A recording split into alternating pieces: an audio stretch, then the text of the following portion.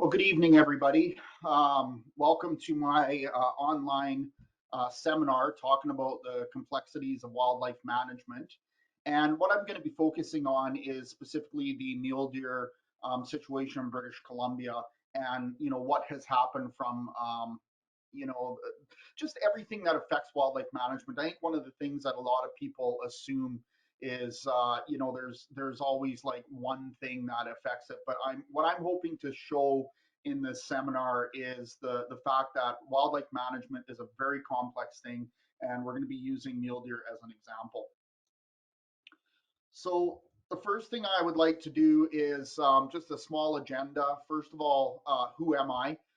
Some people may know me, but some may not. So I'm going to go through a little bit of background. And as you can see, I'm going to be going through a large array of various wildlife management situations that we have to look at. And this is just mule deer. And then I'm going to kind of finish off with some final messages. So first of all, who am I and what is my background? Well, first of all, I'm a former big game guide. I was born in August 22nd. I'm not going to say the year because I'll age myself. And my first hunting trip was on September 10th. And I kind of, the reason I want to let you know about my family background on it is what really drove me to become a biologist. And I was also a diehard mule deer hunter. My family grew up eating mule deer meat as our main kind of course meals. And as a result of this strong background, in hunting, I basically went to school and did all my schooling in post-secondary and became a registered professional biologist. And presently, right now, I'm retired, but I was a professional biologist in both British Columbia and Alberta. I had worked in the consulting industry. I know it says 15 years here, but it's actually closer to 20 years. And I participated on well over 75 different studies in the field of fisheries and wildlife. Also, from 2006 to 2013, I was a member of COSAWIC, which is the scientific body that's in charge of the Species at Risk Act. I was also a co-chair for 2 years on that, and I was the lead on the terrestrial mammal species subcommittee and a sub-lead on the freshwater fisheries species subcommittee as well. And for a while, I also worked on the United Nations Environmental Program. I was a Canadian delegate for the Convention on Biological Diversity. So my experience ranges everything from local all the way up to international when it pertains to wildlife biology and fisheries biology. Now, I've conducted and participated on several mule deer studies in my younger years throughout the Okanagan and Thompson area, and also 7+ years in the late 90s and the early 2000s. I sat on many advisory councils for mule deer on the management of them within the Okanagan and Thompson regions. I was also a former member of the science committee for the Mule Deer Foundation as well. And I worked and mentored under some of the best founding biologists for ungulate management in the province of BC. And I was really fortunate to be able to do that. And I've also been, similar to this year, I've been a guest speaker all over North America, talking on subjects of biology, on hunting, you name it. And most importantly, I grew up with a passion for mule deer. I really do enjoy working with mule deer, and even to this day, I still, even though I'm retired as a biologist, I still have that passion. So let's get into it about the issues. And again, I'm just pointing out some of the issues pertaining to the complexity when dealing with mule deer management on this, but I'm not pointing out all of them. I know there might be some biologists that are watching this or review. Basically, I'm just pointing out some of the bigger scale issues that are happening with mule deer, but not all of them. The first thing we all need to understand about wildlife management is the whole theory of there's no silver bullet. And what I mean about that is everybody I talk to, whenever you have any sort of decline in wildlife populations, the first thing they want to do is just point out one thing. Like, for instance, right now in BC, we have quite a few ungulate populations declining. Everybody's going, it's the wolves. Well, wolves are a contributing factor, but it's a lot more than that. And that's why I always say to people, like, wildlife management is a very complex issue. And there is no silver bullet. And you're going to see over this presentation what I mean by that. So let's start with forest fires. What a lot of people don't realize is forest fires are nature's way of resetting the successional clock. In other words, it's how it restocks its groceries onto the shelf. And there's some key fundamental things that have happened. And this actually pertains to all ungulates in BC and actually a lot of places across Canada. Is prior to the 1960s, we actually had frequent and large forest fires. And as a result of this, frequency of fires, fires back then actually burnt less intense, but a lot faster. Now, what happened is as time's gone on, and one of the worst thing that happened was Smokey the Bear, is we have now become very effective at forest fire suppression. And I know a lot of people, especially ones that have been evacuated and stuff like that, and see all the fires in BC. But the reality is even though we have a lot of forest burning, it's still nowhere near the fires that we used to get pre 1960. There was fires in the Columbia Trench that fairly normally were well over 100,000 hectares. So what's happened now, though, in the 90s is that suppression, has become very effective, and the fire sizes now, the majority of them are held to less than 10 hectares, and and I know there's fires that get over that, but if you actually look at how many fires we have and how many become what we call project fires or big fires, that percentage is very small. The majority of fires are put out by initial attack crews before they even become anything. And then another thing that kind of hit our force on top of the fires is we ran into pine beetle, and pine beetle really has an effect on it. Now, if you look at this picture, this is actually done in one of my mule deer study areas. As a matter of fact, we were doing winter range work in the area, and luck have it, we had a forest fire go through the area. So you can see what was left of the forest fire on the left-hand picture here. This is actually only months after the fire. You can already start to see the vegetation responding. And believe it or not, the next picture on the right, that's the following year. And you can see that all the big old dead trees that were choking out the crown have all of a sudden become lush, brand new plants underneath, which in all honesty is a massive amount of fresh vegetation that would, like I said, restock the groceries. So now we're going to move on to competition. There's this little thing in biology where species compete against each other for the same habitat, the same food types, everything like that. And for mule deer, one of the biggest things is the disbursement of whitetail following agriculture. That whitetail originally originated down in the southeast of the United States, and as agriculture grew, whitetail started to disperse. And believe it or not, whitetail were only present in northeastern BC and parts of the Columbia Trench as short as 40, 50 years ago. And for as far as the southern interior, it was only about 30 to 35 years ago. And a lot of people would say, okay, why is that a big deal? Well, what's a big deal is mule deer are specialists. They have a very small variety of food that they like, and they inhabit habitats that right from valley bottoms to the top. Well, along comes the whitetail, who is very, very adaptive, has a large array of foods it eats, including the stuff that mule deer eats, and it's just a lot tougher deer. And what I mean by tougher is not strength wise, I mean survival wise. They can reproduce, they can put up with humans, and they're a very skittish animal that is effective on eluding predators. So this competition, started to affect mule deer populations. So competition is one of those things that we have to look at as well. The next thing we have to look at is forestry practices. And if you look in the 1970s and 80s, forest practices didn't really address mule deer management directly. I mean, they laid out their 5-year development plans. They went in and they harvested. The majority of them were clear cuts, and really they didn't take into consideration a whole lot on mule deer. As a matter of fact, we had such big numbers of mule deer. I don't think they felt that it would impact them at all. Then research started to happen in the caribou as well that started targeting mule deer. And what happened is the forest industry grabbed the results of that research and applied it to mule deer across the province. And it's what we call blanket management, or a blanket template for mule deer management. And there's a fundamental problem with this, is that even though mule deer is a single species, the reality is where they live is different habitats, which means they have different behavioral capacities as well.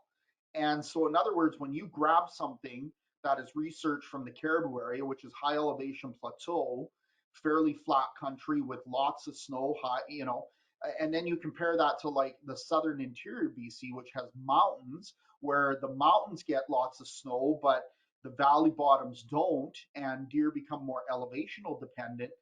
You can see where the problem can arise, is that by applying research in one area to another area can actually have the exact opposite effect or negative effect on the population. And then there's also other big issues of roads, or what I like to refer to as linear corridors. They're doing aerial spraying, and the problem with that is it eliminates a lot of the food sources. That's what it targets, is deciduous and shrubs. And with planting nowadays, we're more interested in planting species that grow fast and produce wood that we can cut in 25 years, but it does what we call a monospecific forest. In other words, there's no biological diversity to that. And the real issue with that is, yeah, great, it grows trees and it looks good from a distance, but underneath of it is literally a biological desert. Now, some of the other positive things is it does open areas that allows vegetation response, but it also opens access to those areas to human beings as well. So areas that used to be sanctuary for deer are no longer sanctuaries because we can get in there using the logging roads. Now, another issue is hunting regulations. We have to remember mule deer is the largest population of animals in British Columbia. And it's also the most heavily hunted species.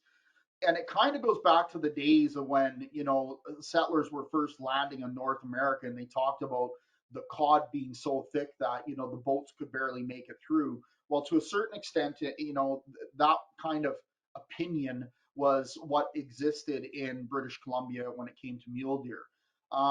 So as a result of that, our hunting seasons had a substantially long general buck season, usually from September to January.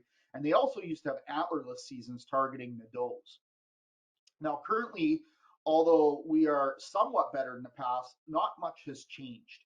The seasons have maybe gotten a little shorter, but the realization is that BC, literally in Canada, has the most liberal and unrealistic limits for harvesting mule deer.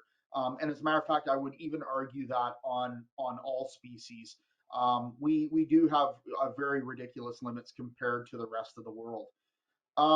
So there's huge pushes in times of declining populations for increased hunter opportunity.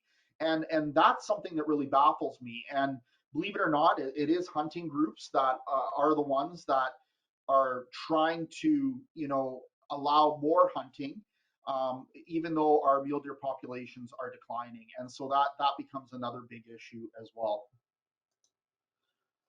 The next thing is research application.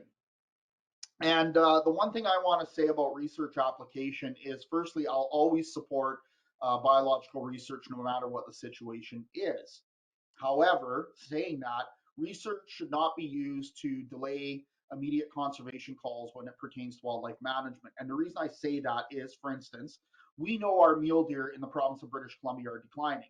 We also know that the province and some other organizations have launched mule deer research, but the position the province is basically taking is, until we have the data to show, we're going to leave everything the way it is. And it should never be that way. Conservation and hunting always should play on the side of, protecting the resource. So if you're suspecting, and I mean even just suspecting, that populations are low, you should immediately put in conservation measures to protect the animal.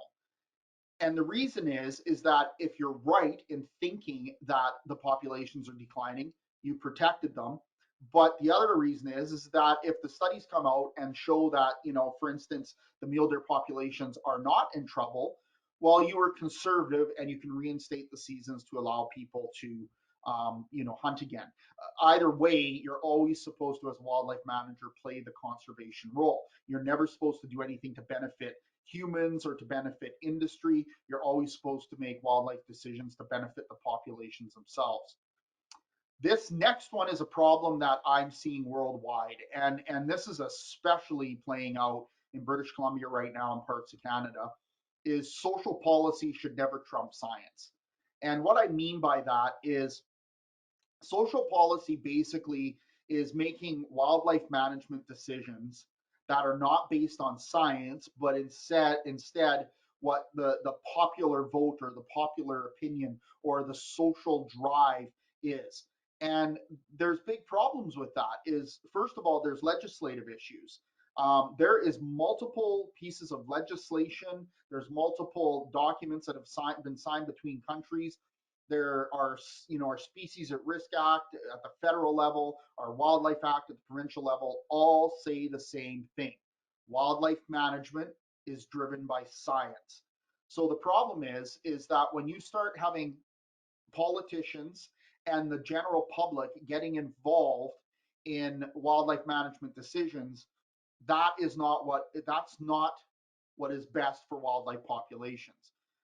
And the reason is people like myself and other biologists have literally dedicated our lives, both education wise and study wise, on understanding these animals and understanding, you know, for instance, the complexities of wildlife management that I've been going over so far.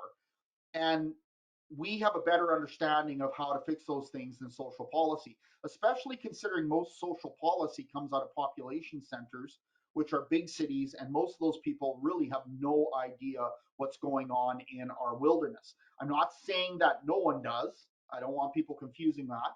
I'm just saying that for the most part, people that live in cities really never venture outside of them. And if they do, it's for holidays. It's not to actually go into the wild and get a severe understanding of wildlife management.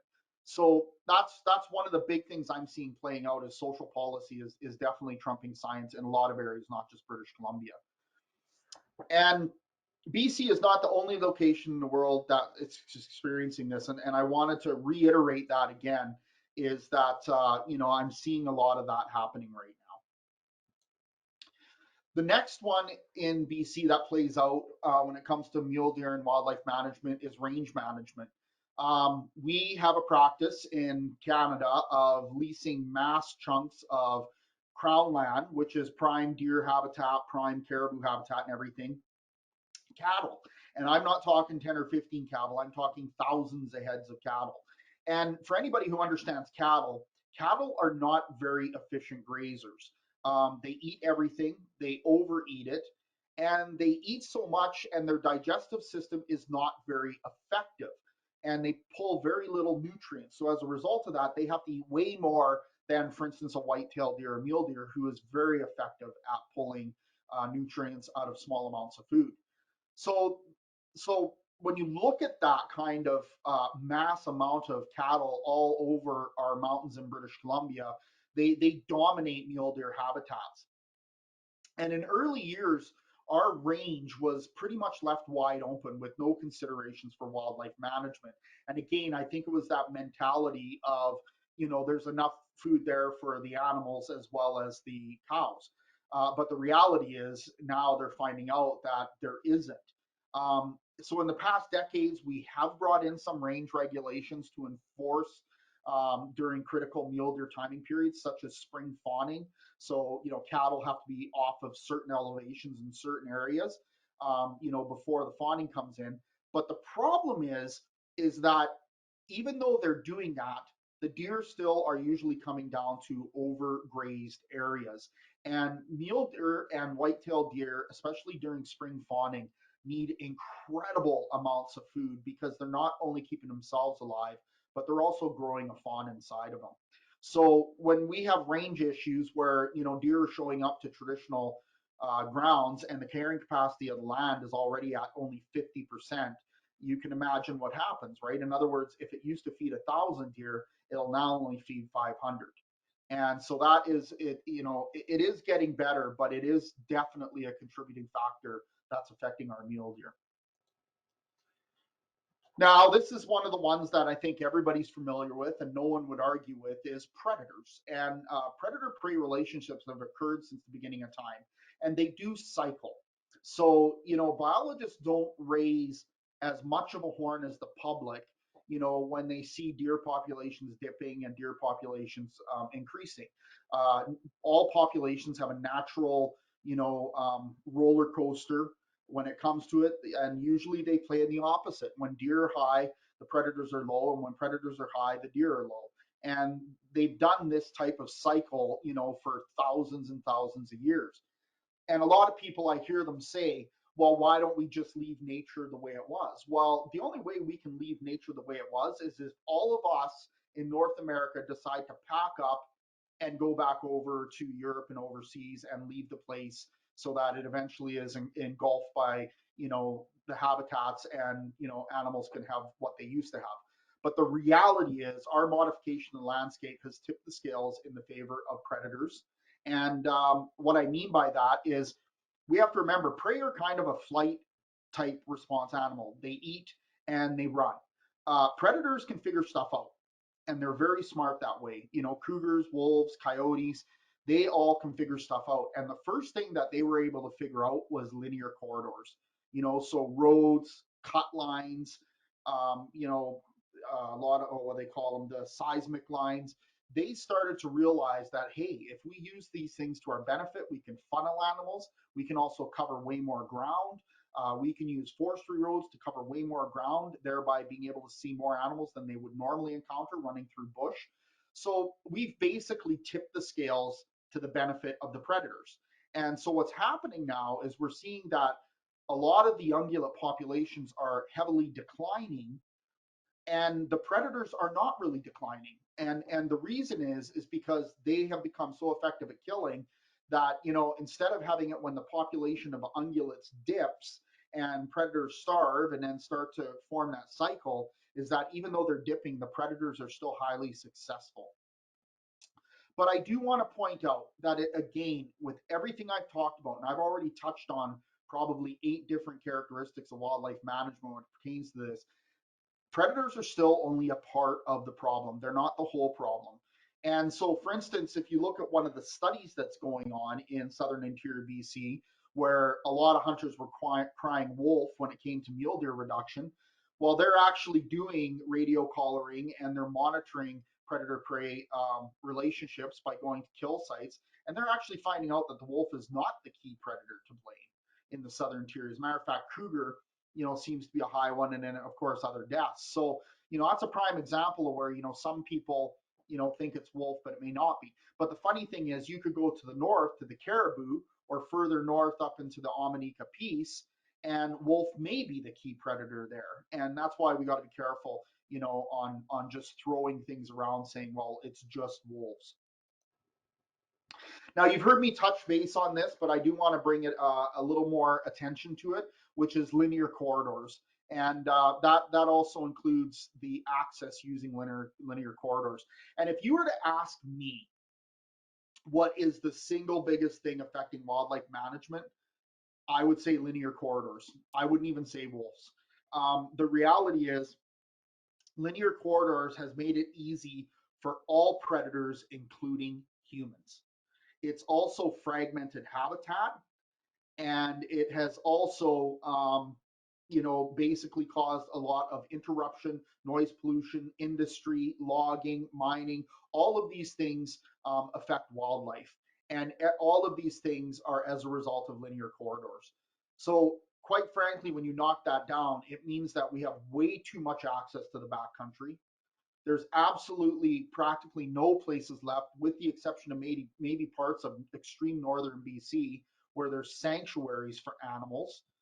And in the old days, when you used to be able to get in on the Forest Service roads with just a truck, and everything else was to walk in, our transportation means have become much more effective. And now quads, ATVs, fixed wing planes, jet boats, float planes, etc., are literally now allowing us to access places that and a lot of people to access places that we would have never, ever got into if we went back 50 years ago.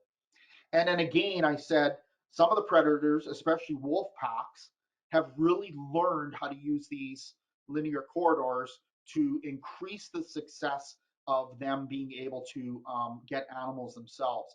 And so, what we've created is what I call a predator pit, and a lot of biologists use that term, which is we basically put all of the benefit and all of the ability to harvest into the predator's hands, and we've kind of taken away a lot of the ability for prey to elude.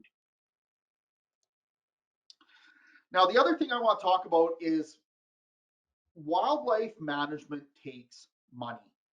It is not cheap. It's like research is not cheap. Conservation officers you have to have. There's all aspects of wildlife management that is not cheap. And if you want to know how serious your government takes wildlife management, you just have to look at the budgets that are applied to it. And believe it or not, in British Columbia, we only provide a 0.06% of our provincial budget towards wildlife management.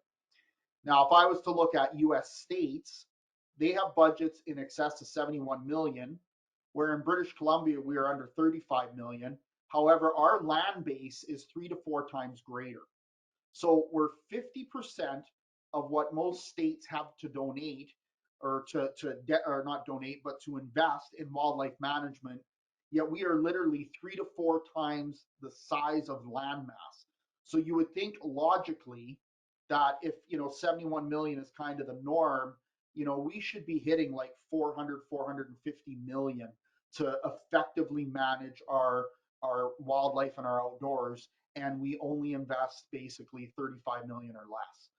So that indicates one thing, which is, as much as we say, green BC and supernatural BC, and we have the quite frankly, wildlife management is not a priority in British Columbia.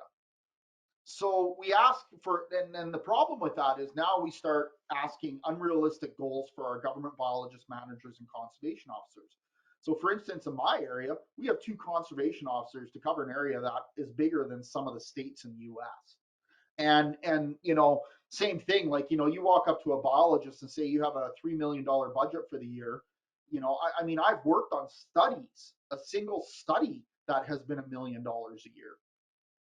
So when you walk up to a government biologist and say you need to manage this area for $3 million, and he has a couple staff, I mean, it really gives you an understanding of how very little they have to be able to manage something, especially considering they're not there just to manage mule deer. They have to manage all populations.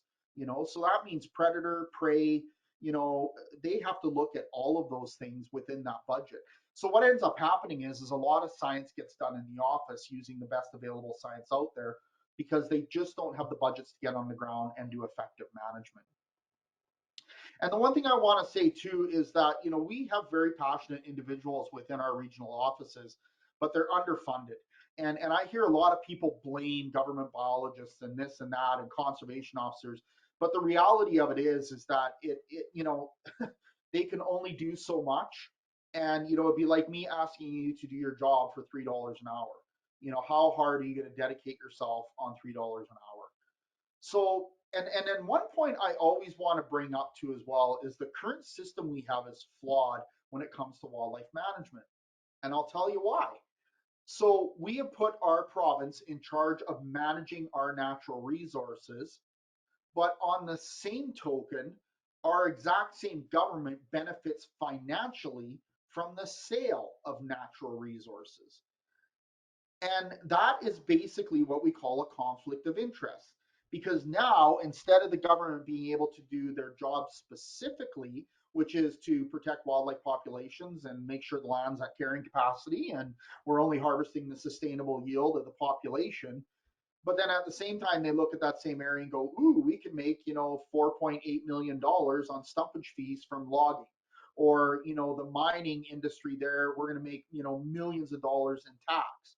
And so what happens is it compromises the system. And the reality is we should actually have like some of the states in the US, a third party system that is there as a watchdog, to make sure that that conflict of interest is not there, and that we can do what we're supposed to with wildlife management, which is take care of the animals' populations. So I've basically gone through all of these things now to show you the complexity of wildlife management. So we talked about predators, we talked about habitat, competition, behavior, populations, fires, corridors, land use, cumulative effects, access, regulations. That is, in a very simplistic basket, the complexity of wildlife management. And whenever you make a single decision pertaining to a population of animals, a biologist or a wildlife manager has to look at all of those components. And that's why I say leave it to the professionals, because we go out and hunt. I'm the same as a lot of people. I've hunted since I was young. I spent a lot of time in the bush, but I can tell you one thing, all of that knowledge does not compare to what I learned as a research biologist and for the time I dedicated in the field doing biology. And the main reason is because as hunters we're designed to look at certain things, to help us benefit from hunting or to learn the species, but we don't look at everything because it's just quite frankly outside of the realm of hunting. So, anyways, I just wanted to really use this, even though we're talking about mule deer. But my real goal is to show people how complex wildlife management is when it comes to doing this. So now I'm just going to give some final messages.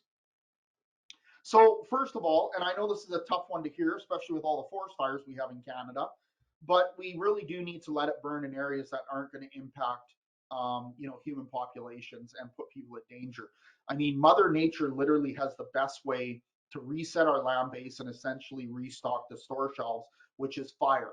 It gets rid of old stands that are basically, the crowns are choking out, and underneath of it is like pine grass and supalolly, everything that has basically no value for animals. It burns it all down, activates the seed bed, and all those yummy foods like ceanothus, Saskatoon, rose, all of them start to come to life again. And before you know it, you've got an area that is just packed full of food for wildlife. Another one is that we need to start working together. One of the big problems I have, and I will say government is improving on this, is that we have this silo effect, not just within the hunting world, but within government as well. Like that's why we have like a ministry of forests, a ministry of environment, a ministry of water and like we break it all up. But the reality is the environment is a very interactive ecosystem, and so when we're looking at those things, we need to break down those silo effects. Now what I mean within the hunting world is we do this same thing as well. We have all these organizations and groups that are out there fighting for their own cause, but the reality is we need to be bringing government and those organizations all together again to fight for one cause, which is to fix our land. And we also need other people to help make wildlife populations a priority again in BC. So what I'm saying is that we need basically pressures that creates a top-down pressure on our politicians. And the only way we're going to be able to do that again is by organizations like Rocky Mountain Elk Foundation, Safari Club International, BC Wildlife Federation, to work with all departments of government that deal with natural resources to really start creating pressures to say, hey, this is a priority to us. We would like to have it that when people drive through, beautiful BC, that they actually get to see, healthy, vibrant wildlife populations. We also need to start managing based on herd quality and not hunter opportunity. And this is speaking directly to hunting regulations. We have had a bad habit here in trying to create opportunities for hunters, but the reality is we need to be actually managing based on the herd quality. So if the populations are healthy, they're meeting the carrying capacity of the land, maybe there's a surplus, then that's what creates the hunting opportunity. Not looking at populations that are too low in numbers or the buck to doe ratios are skewed, and still trying to drive hunter opportunity to make sure people get their deer. So, hunters and wildlife managers and the population needs to understand that we have to start managing based on herd quality and not hunter opportunity. And this goes to exactly what I just said before, because if our herds are healthy, the carrying capacity is there, and the hunter opportunity is taken care of. The other thing in British Columbia we have to learn, especially from a hunting aspect, is to be happy with less. This isn't about what we can get today, but we should always be looking at what we're leaving behind for our kids. And that really goes to say about all of our population is that, we should be more concerned not so much about, what we can get today out of things, but instead, leave a good legacy so that our kids can actually enjoy something better than what we had. Whereas the direction we're going right now, we're going to be leaving them with something that's much worse. So I know I'm saying thanks for questions, but I know questions are a pretty difficult thing to do. But what I'm going to request the people to do is I will be putting this up onto YouTube and posting it onto Facebook. And what I would request is if you could please, at that point, just ask your questions there. I'll make sure I go through um, the uh, the comments on all of those platforms, and I will answer your questions as well. And another thing you can also do is go to my Hillbilly Harbinger website. It's www.hillbillyharbinger.ca. Go to the contact page, and you can also send me a question there as well too. So I just want to say to everybody, thank you very much for joining me. I hope you got something out of this. And if you have any comments or questions, you can get a hold of me on those other platforms. Have an absolutely great evening, everyone. And again, thanks for giving me some time to talk about the complexities of wildlife management.